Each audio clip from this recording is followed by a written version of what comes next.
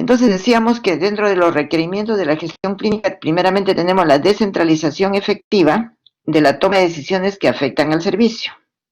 Otra cosa es importante, dice, dotar de autonomía de gestión necesaria con exigencia, responsabilidad, autoevaluación y proceso de mejora continua. Tercero, estandarización de los procesos basados en evidencia científica.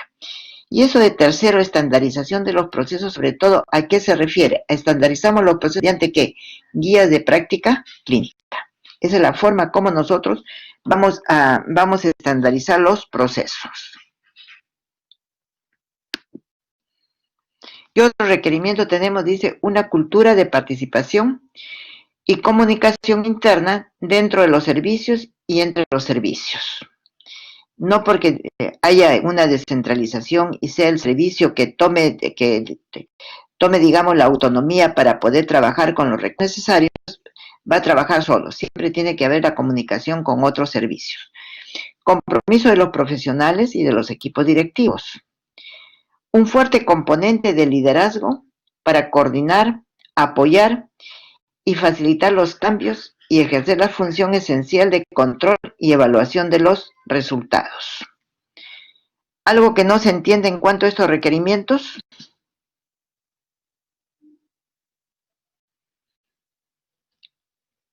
¿Algo que no se entienda? Todo claro, doctora. Ya. Entonces seguimos, esos son los requerimientos para la gestión clínica. No se olviden, lo principal, ¿qué cosa es? Lo principal es que uno pueda trabajar y que estandarice. Si no tiene los procesos estandarizados, llámese con guías de atención médica, o otros, o de repente manuales o directivas del mismo servicio, no podemos trabajar. Ahora, ¿cómo organizamos para la gestión clínica? Dice que la gestión clínica se organiza en unidades o servicios compuestas por una unidad básica, asistencial, de diagnóstico, de tratamiento o de cuidados estructurados en función de criterios homogéneos y orientados a un tipo específico de procesos, ¿no? Se organiza en unidades o servicios, llámese el servicio de medicina, el servicio de pediatría, compuesto por una unidad básica asistencial, ya sabemos que es de diagnóstico y tratamiento o cuidados estructurados en función a criterios orientados a un tipo específico de proceso. Dice que además que estas unidades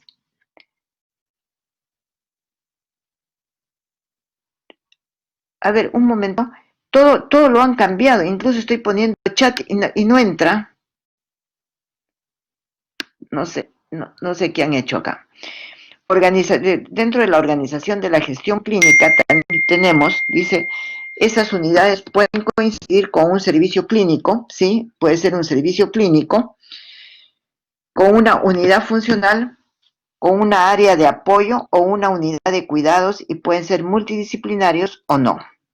Se gestionan a través de un responsable de recursos asignados para el logro de los objetivos. O sea, ¿cómo nos organizamos? Mediante el servicio.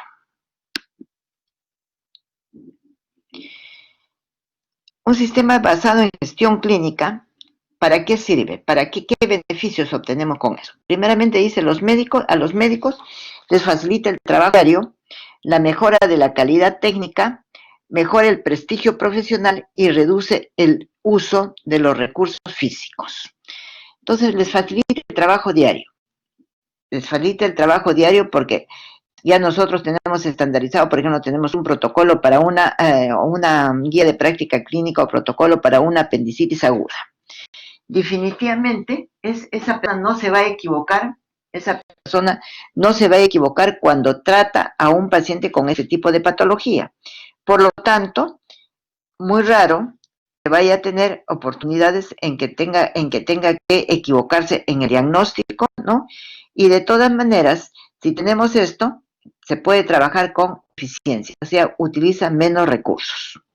Segundo, dice, para los directivos mejora la gestión, les flexibiliza la organización, les ayuda a solucionar los problemas actuales y prevenir los futuros. Y para los usuarios les da seguridad, ya que disminuye los riesgos y las iatrogenias. Entonces, justamente lo que decíamos, que está derivado de lo primero, ¿no? Que les facilita el trabajo clínico, y acá también dice, y les disminuye los riesgos de las iatrogenias. Dentro de las unidades de gestión clínica, consideramos los servicios que se prestan: cirugía, traumatología, pediatría, oftalmología, ¿no? Y cada uno, ya sabemos que cada servicio ofrece desde luego su cartera de servicios, ¿no? Por eso dice, el número también y tipo de unidades de gestión clínica varía mucho de unos hospitales a otros. No pueden ser iguales porque unos hospitales, primeramente, ¿por qué? Primeramente, ¿por qué Nadia? Nadia, primeramente, ¿por qué? No entiendo la pregunta, doctora. Dice, el número y tipo de unidades de gestión clínica varía de mucho de unos hospitales a otros. Mi pregunta es ¿por qué? Se refiere porque son de distintos niveles de atención o de capacidad resolutiva.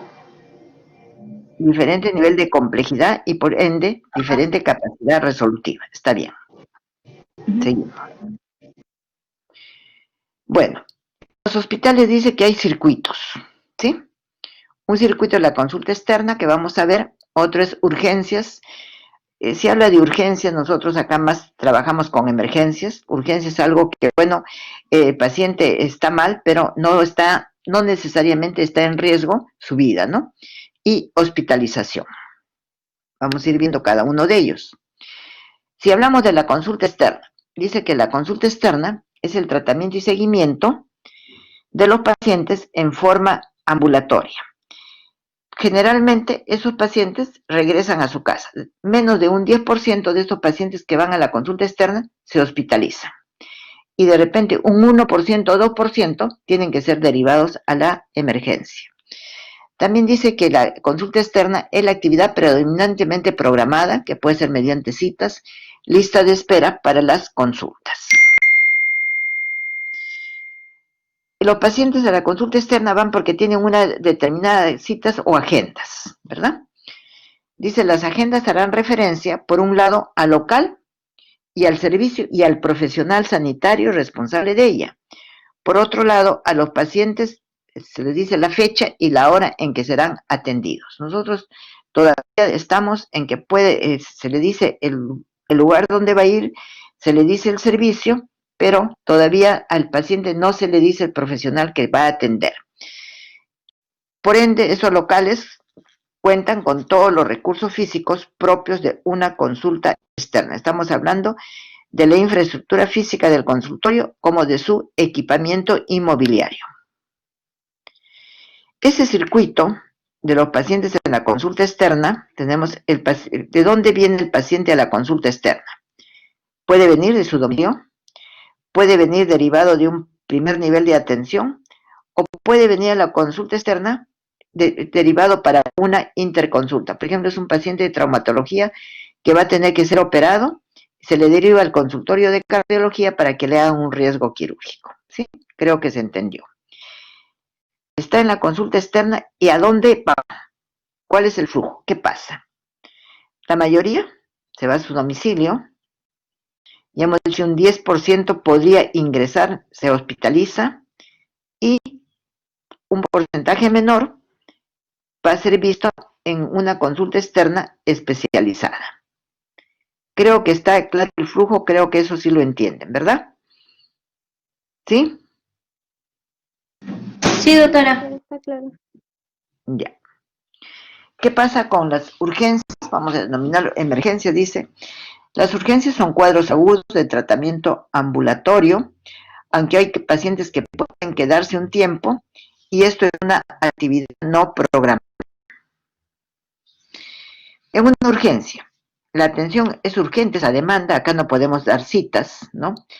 Y se prioriza si llegan, por ejemplo, 2, 3 pacientes. Si llega un paciente con un traumatismo abdominal, versus un paciente que venga con una hipertensión, ¿a quién se le va a dar prioridad para atenderlo? Desde luego al traumatismo abdominal. Y se determina quién será, cuál está, digamos, en peor situación. ¿Eso dónde se hace? Se hace en el triaje. Solo así nosotros podemos decir a cuál tenemos que dar prioridad para la atención. Entonces, ¿qué es el triaje? Dice que el triaje es la clasificación de la atención que está basada en la gravedad. Esa gravedad puede ser inmediata, puede ser preferente o puede ser ordinaria. Le ponía el ejemplo de una atención ordinaria. Un paciente con una hipertensión está con dolor de cabeza, no sé, está con mareos, tiene la presión alta. Además dice que se puede clasificar la especialidad que prestará el servicio y la ubicación a la que se dirigirá el paciente, o sea, recurso físico. A veces se asignará al paciente a un médico específico. Entonces, eso es el triaje. No sé si decimos que más adelante quién debe estar en triaje, vamos a ver, ¿sí? Dice, el triaje puede ser realizado por un médico general, no tiene que ser especialista, o por una enfermera. Lo mejor para conseguir un buen triaje es la combinación entre enfermera y médico. Dentro de los recursos físicos, ¿qué cosa es lo que vamos a tener en esa emergencia?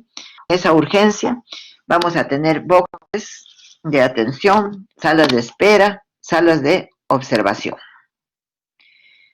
¿Qué sucede? Llega el paciente, va a triaje, llega de su domicilio, pasa a triaje, va a un box de exploración, de repente le dicen que espere o se queda en observación y de ahí el paciente regresar a su domicilio, como ese paciente que decíamos hipertenso, le bajan la presión, lo observan 1 o 2 horas, está bien, y dicen, bueno, usted se va a su casa. O el paciente tiene que ingresar a la emergencia. ¿Qué pasa con la hospitalización? Dice que la hospitalización ya es un tratamiento con ingreso.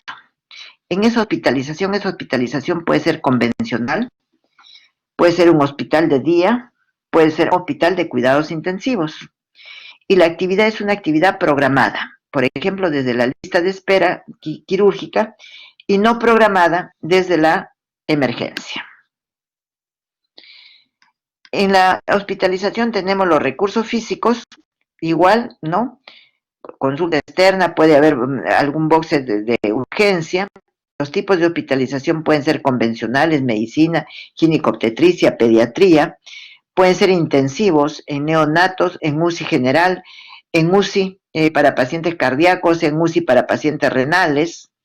Puede ser un hospital, y ya la vez pasada conversamos que hospital de día es aquel hospital en el cual el paciente no permanece más de 24 horas, menos, y que esos hospitales pueden ser médicos, sobre todo para diálisis, y pueden ser quirúrgicos para cirugía ambulatoria.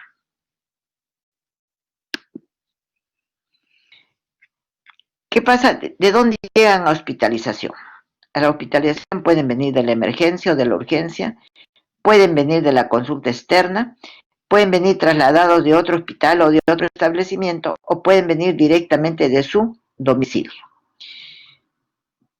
Se hospitaliza, está unos días, de ahí puede regresar a su casa, o puede el paciente, se le da de alta, pero desde luego se le dice que tiene que regresar para poderlo volver a evaluar.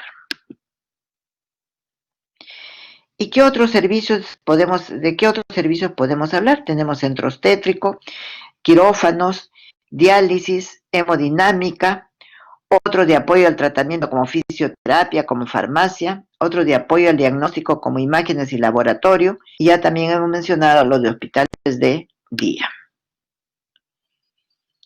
¿Alguna pregunta en cuanto a estos circuitos o lo que llamaríamos el fluxograma tanto de emergencia, de hospitalización o consulta externa? No, doctora, todo claro. Seguimos. Ahora vamos a ver, digamos, las principales funciones. Ustedes dirán, pero si ya las conocemos, pero es necesario que nosotros lo fijemos. ¿Por qué? Porque todo esto apunta a la gestión clínica. Tenemos que estar claro qué es lo que hacemos y qué hace el personal que trabaja ahí. Y ustedes se acordarán una palabra que dijimos al comienzo, tenemos que estandarizar todos los procesos. Por eso es que tenemos que revisar esto, ¿no? El médico tiene a su cargo la valoración de los pacientes, la prescripción de los tratamientos, el orden de ingreso, alta u otros, la petición de pruebas diagnósticas, los diagnósticos y seguimiento, la realización de pruebas diagnósticas y las intervenciones quirúrgicas. Esas son las principales funciones que va a tener un médico, ¿sí?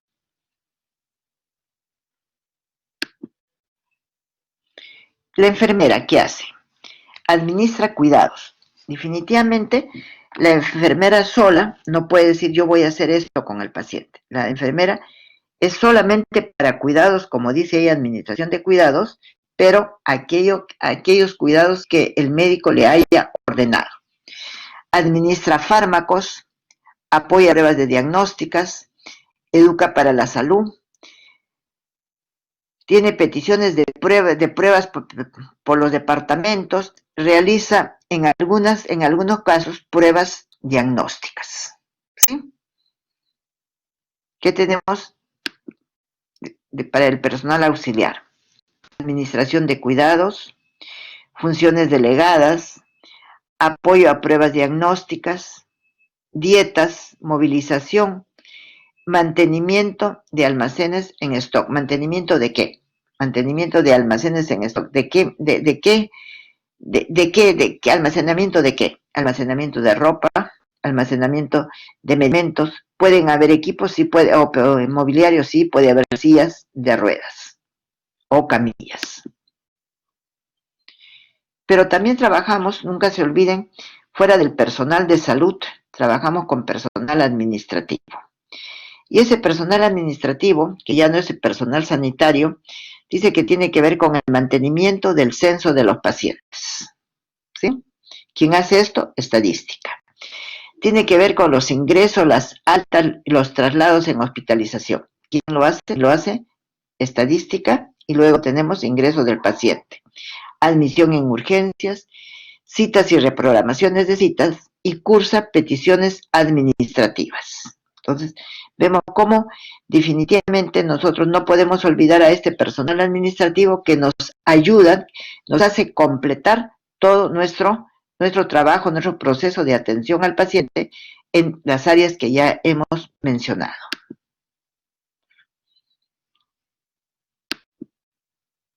Hasta acá alguna pregunta del tema de lo que hemos mencionado, las diferentes áreas, los circuitos y el personal.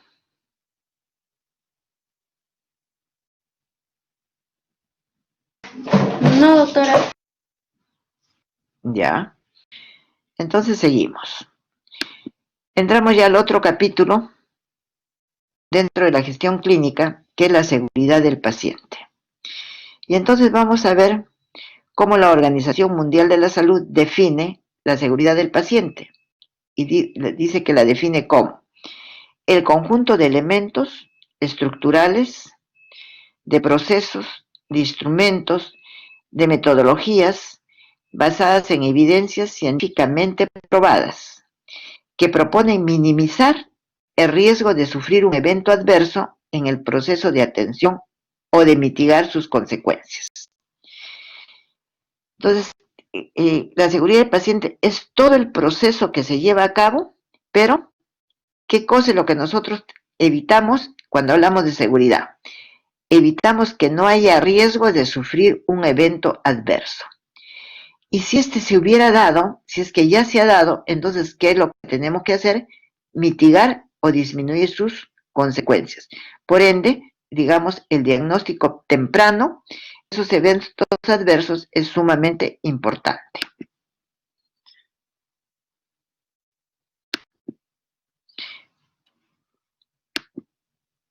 Dice también que la seguridad del paciente se define como la ausencia de accidentes o lesiones prevenibles producidas en la atención médica. ¿Qué involucra una atención segura? ¿Qué hacemos para darle seguridad al paciente en la atención? Primeramente, una atención libre de daños evitables. Ejemplo, el que paciente caiga de una camilla, ¿es un daño evitable? Sí, es un daño evitable. De repente tenemos que el técnico está llevando a ese paciente a rayos X y bueno, va conversando, va con la camilla, va conversando y de repente no se da cuenta y se voltea un poco la camilla y el paciente cae. ¿Qué le produce? De repente una fractura, ¿sí? ¿Es un daño evitable? Sí, es un daño evitable, porque no tenía por qué suceder esto. ¿Qué otra cosa involucra? Supone, dice, y desarrolla sistemas y procesos encaminados a reducir la probabilidad de aparición de errores. Por ejemplo, aparición de errores, creo que les puse el ejemplo la semana pasada, me parece, o no con ustedes, si se va a pasar una sonda vesical a un paciente con un adenoma de próstata y hay una lesión de la uretra. ¿Qué otra cosa? Aumentar la probabilidad de detectarlos cuando ocurren, o sea, detectarlos a tiempo. ¿Con qué finalidad? De mitigar o de disminuir sus consecuencias. ¿Cuál es la finalidad de la seguridad del paciente? ¿Qué busca la seguridad del paciente? Busca la reducción y mitigación de actos inseguros dentro del sistema de salud, mediante la utilización de prácticas que aseguren la observación de óptimos resultados para el paciente. Entonces decimos, busca la reducción y mitigación de actos inseguros dentro del sistema de salud mediante la utilización de prácticas que aseguren la obtención de óptimos resultados para el paciente. Y acá, por ejemplo, podríamos ver algo de algunos eventos adversos, infecciones nosocomiales, infecciones intrahospitalarias. ¿Por qué? Por neumonías causadas por respiración asistida, infecciones de heridas, infecciones debidas a cuidados sanitarios, úlceras por decúbito, cuando no movilizan a un paciente. La parte quirúrgica es muy importante y acá se habla de las complicaciones operatorias y posoperatorias, complicaciones por la anestesia, fractura de cadera posoperatoria, embolia pulmonar posoperatoria o trombosis venosa profunda, sepsis posoperatoria, dificultades técnicas en el curso de la operación. Entonces ya ustedes están escuchando qué problemas pueden haber de eventos adversos. ¿Qué otra cosa dice? Incidentes centinelas, reacción a una transfusión. De repente se equivocaron y no era el tipo de sangre que tenían que administrar. Error en el grupo sanguíneo. Error desde el punto de la operación, ¿no? Y eso ha pasado. Incluso hace como 2 años creo que amputaron a un señor la pierna que no estaba enferma, ¿no? Y fue motivo de noticia. Olvido de un cuerpo extraño en el interior, en una cirugía. Generalmente lo que se pueden olvidar son gasas, pueden ser pequeñas, pueden ser gasas grandes, pero también se han olvidado instrumental, ¿sí? Como pinzas, por ejemplo. Efectos adversos relacionados con el instrumental médico, errores de medicación. Errores de medicación es algo bastante frecuente y este error de medicación no está en las manos del médico. Este error de medicación es en la enfermera que administra el medicamento. Desde el punto de vista obstétrico, puede haber traumatismo neonatal, traumatismo obstétrico en parto vaginal, traumatismos obstétricos por cesáreas y partos difíciles, o puede haber otros efectos adversos relacionados con caídas de paciente, lo que habíamos dicho, una fractura de cadera por una caída en el hospital. Creo que eso sí ya lo hemos mencionado. Entonces ustedes se dan cuenta la infinidad de casos, la infinidad de problemas que causan eventos adversos. ¿Cómo se define riesgo clínico o riesgo asistencial? Dice que el riesgo clínico es cualquier situación no deseable o factor que puede contribuir a aumentar la probabilidad de que se produzca algún evento adverso que está en relación con la atención sanitaria recibida y que puede tener consecuencias negativas para los pacientes. Y acá tenemos esos riesgos clínicos pueden darse en las decisiones médicas. ¿Y de qué decisiones médicas hablamos? Hablamos del diagnóstico, hay un error diagnóstico, hay un error en el tratamiento o también puede haber un error en la prevención. Eso relacionado a decisiones médicas. Si es que hablamos ya de la aplicación de la decisión, hemos decidido algo y esto lo vamos a aplicar, ¿cuál puede ser el riesgo clínico que puede haber en la comunicación? No le hemos explicado bien al paciente que esas tabletas las tiene que tomar 3 veces al día. Entonces él cree que le hemos dicho que lo tome por 3 días. Puede haber también un error en cuanto al trabajo en equipo y puede haber un error en cuanto a los cuidados. Pero el riesgo clínico no siempre va a depender del profesional, también puede depender del paciente.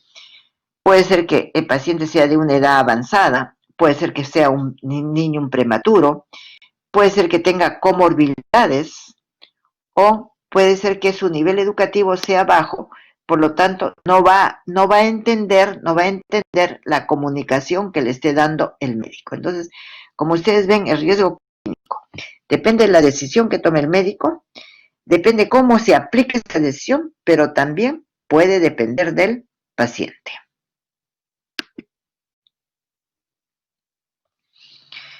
¿Qué más dice del riesgo clínico? Para que se pueda entender, creo que hasta acá está claro y que se está entendiendo. Dice, el riesgo clínico es la probabilidad de que se produzca un incidente desfavorable, que puede ser un fallecimiento, o un daño innecesario por un factor que incremente esta probabilidad durante cualquiera de los procesos asistenciales. Y ya hemos puesto anteriormente los ejemplos. El riesgo clínico depende de su magnitud y de su trascendencia. Si es grave, entonces incluso el paciente puede llegar a fallecer. Dice que la magnitud de este riesgo clínico viene definida por la probabilidad que ocurra, mientras que la trascendencia nos mide su gravedad o impacto. Está claro, ¿no? ¿O alguna pregunta ahí? ¿Está claro? Todo claro, ¿Sí? doctora. ¿Perdón? Todo claro, doctora. Ya.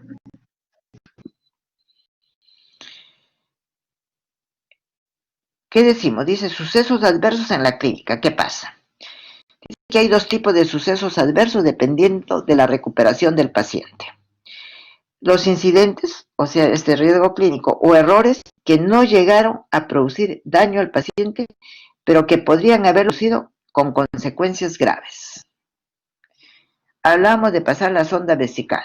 No puede pasar la sonda, se demora, el paciente se incomoda, trae problemas, pero no llega a un traumatismo de la uretra, ¿sí?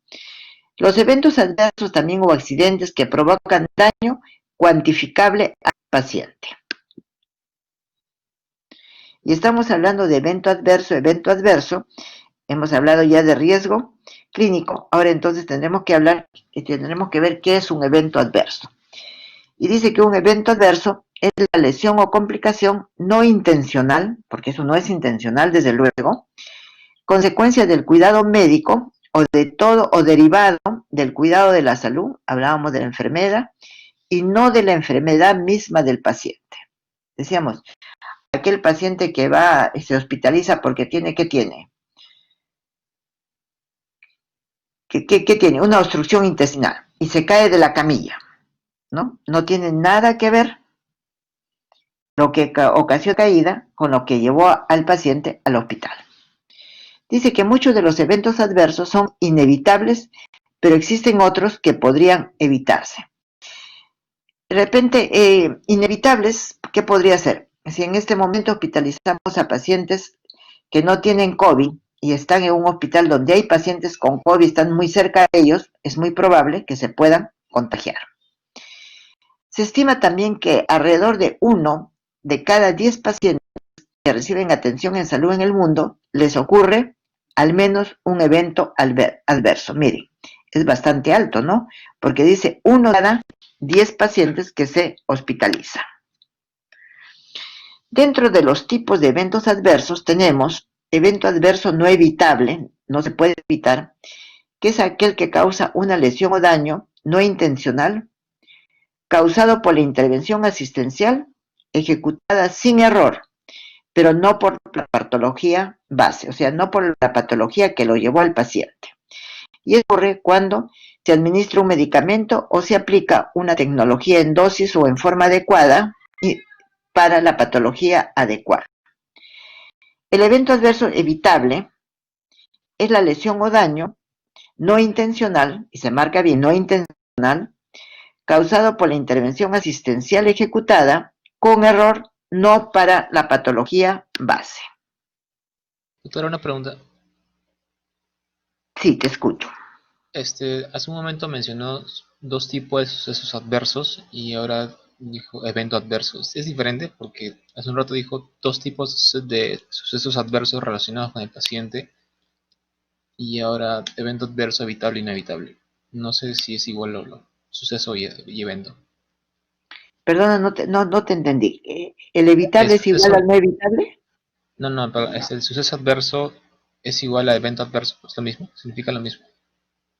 No, evento adverso sí, es lo mismo, pero puede haber eventos adversos que se pueden evitar. ¿La caída de un paciente se puede evitar? Sí. ¿Se puede evitar que haya úlceras de decúbito? Sí se pueden evitar. ¿Con qué? Con indicación de cambio de posición. Si no se lleva a efecto ese cambio de posición, entonces, ¿qué va a tener el paciente? Va a tener una úlcera de decúbito. ¿Sí? ¿Pero Ya, claro? gracias. Doctora, creo que mi compañero se refiere a que dos diapos antes también hay una que dice los sucesos adversos en la clínica. Pero según entiendo, o tal vez está mal, es que en la diapo anterior era dependiendo de la repercusión en el paciente. Y esta diapo es depende si fue evitable o no evitable, ¿cierto? Claro, es diferente, pues. Esto es lo que puedes evitar. ¿Qué casos se dan? He puesto el caso bastante simple de la caída de un paciente. Eso se puede evitar. ¿Qué se puede evitar? El que uno se confunde en dar una medicación que no corresponde. Definitivamente. Eso se puede evitar. Pero hay casos que a veces podrían ser evitables. Por ejemplo, el poner una venoclisis y que el paciente haga una flebitis. Podría ser, digamos, un evento adverso, algo no evitable, ¿no? ¿Estamos de acuerdo? Sí, doctora. Sí, doctora. Ya, seguimos. Bueno, ejemplos de eventos adversos: remoción, injuria o reparación de un órgano no planificado durante la cirugía. El paciente tiene una hernia inguinal derecha, el cirujano se equivoca y se va al lado izquierdo. Necesidad de un segundo procedimiento quirúrgico no planificado luego de la cirugía. Se olvidaron una gasita. Traslado a unidades de tratamiento intensivo no planificado. ¿Por qué? Porque el paciente tuvo un problema con la administración de la anestesia. Lesión física ocurrida durante el internamiento, incluyendo escaras, traumatismo por caídas u otros traumatismos o lesiones. Ya lo hemos comentado. Infección adquirida en el hospital de cualquier tipo. Tratamiento erróneo o tardío. Evento adverso a drogas. Un paciente alérgico, no le preguntaron, y era un paciente alérgico a la antalgina, por decir algo. Eventos adversos en relación a procedimientos quirúrgicos, infecciones de heridas operatorias. Eventos adversos en relación a procedimientos de diagnóstico o terapéutico no quirúrgico. ¿Qué otra cosa podemos tener? Errores de prescripción en la administración de medicamentos, infecciones intrahospitalarias, análisis de riesgos incorrectos, caída de pacientes, desconexión de drenajes, retiro de catéteres y autoextubaciones, quemaduras, errores transfusionales, error en el sitio quirúrgico, retención de cuerpos extraños, que ya los hemos mencionado.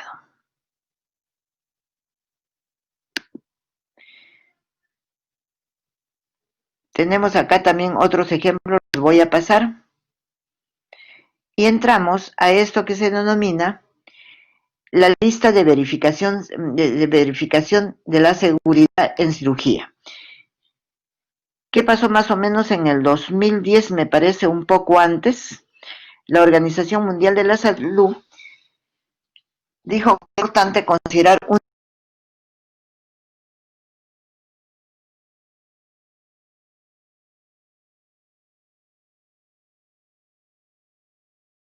por el acto quirúrgico o bien por la anestesia.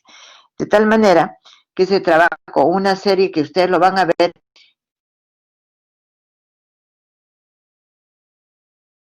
Doctora. De esto, que lo dio la Organización Mundial de la Salud.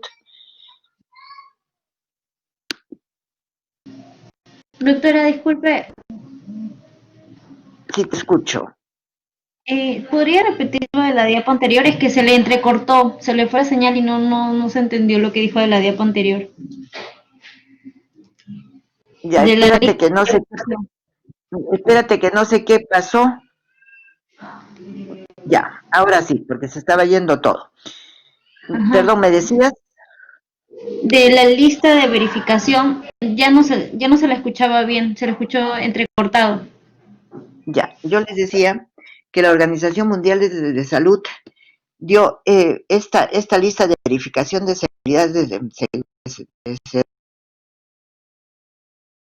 segura. ¿Por qué? Porque esos eventos se dan más en los actos quirúrgicos, llámese por el acto quirúrgico en sí o llámese por la anestesia. Y considera 3 etapas. A la entrada del paciente, cuando el paciente está en la sala de operaciones y a la salida del paciente. ¿Sí? En base a esto, que ustedes lo van a leer con calma, ¿qué se hizo acá en el Perú? Salió una resolución ministerial que aprobaba la lista de verificación en la seguridad de la cirugía, en base a lo que había dicho OPS. Y así, por ejemplo, ¿y esto quién lo hace? Ustedes ya han llevado cirugía, ¿quién hace esto? ¿Quién lleva a cabo esta lista de verificación de seguridad de la cirugía? ¿Quién lo lleva a cabo? La enfermera. El anestesista. El anestesiólogo. El anestesiólogo. La enfermera no, el anestesiólogo. Es quien tiene que llenar, y esto sí ya, ustedes ven acá una firmita que es el Ministerio de Salud, esto salió con una resolución ministerial que acá no la tengo, ¿no? De qué cosa se hace desde que entra el paciente, incluso con el nombre, el sitio quirúrgico, el anestésico que va a usar, ¿no? Todo esto antes de, o sea, durante el acto quirúrgico y cuando sale el paciente. ¿Con qué finalidad trabajó la Organización Mundial de la Salud? Y acá en el Ministerio de Salud se trabajó y se sacó esta resolución para disminuir los eventos adversos que se estaban produciendo. Entonces yo se los dejo ahí, ustedes lo van a poder mirar con calma, y eso, como les digo, es con la finalidad de prevenir estos eventos. Con eso estaríamos terminando lo que yo les venía debiendo, y lo estábamos prácticamente viendo todos estos días.